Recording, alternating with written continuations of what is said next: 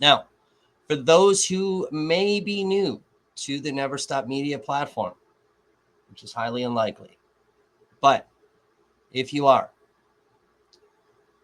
on YouTube, we call the channel Never Stop Voices because we elevate people's voices. And to give you a little introduction about the company, our mission is to bring the uncensored and raw truth to the people, to tell the stories that mainstream media glosses over or completely ignores, to bring to light and expose corruption in real stories through investigative journalism. The phrase Vox Populi, which you will see on our website, is Latin for the people's voice. We are boots on the ground journalism, bringing you the truth. NSM is not ABC, NBC, Fox, or CNN. We're not the New York Times or the Washington Post. We have no corporate sponsors that decide which stories to run and how the narrative is formed. If every other news organization wants to be stenographers for law enforcement, let them. NSM doesn't write for corrupt agencies who violate people's rights on a daily basis. NSM writes for people whose rights are violated. So when law enforcement says something, we only have one question to ask. Is it true? Our investigations typically take a few months, and some, like events in Kenosha, take a lot longer. On our website, neverstopvoices.com, you will find articles written exposing corruption. And here on our YouTube channel, you will find hundreds of hours of exclusive, never-before-seen videos, live streams of protests. Unfortunately, not all of them, as we lost a lot when our original company Facebook page was permanently removed. We provide breaking news, trial coverage, discussions with viewers, my documenting losing everything with the pandemic, and then some more fun things I wanted to share, like some of my hiking adventures.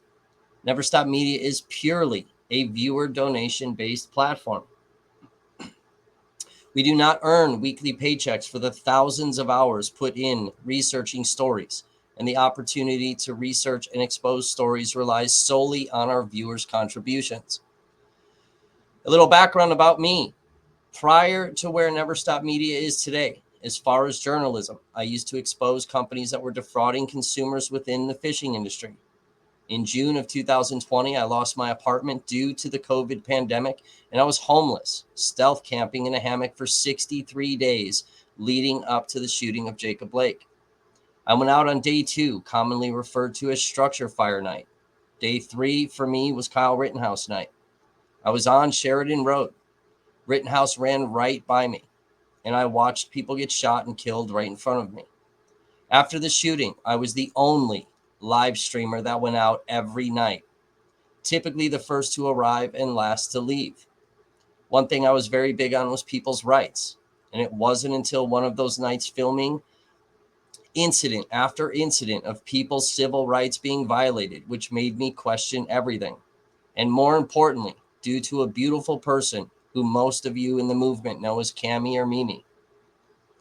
If it wasn't for her, I would probably not be sitting on this side of history.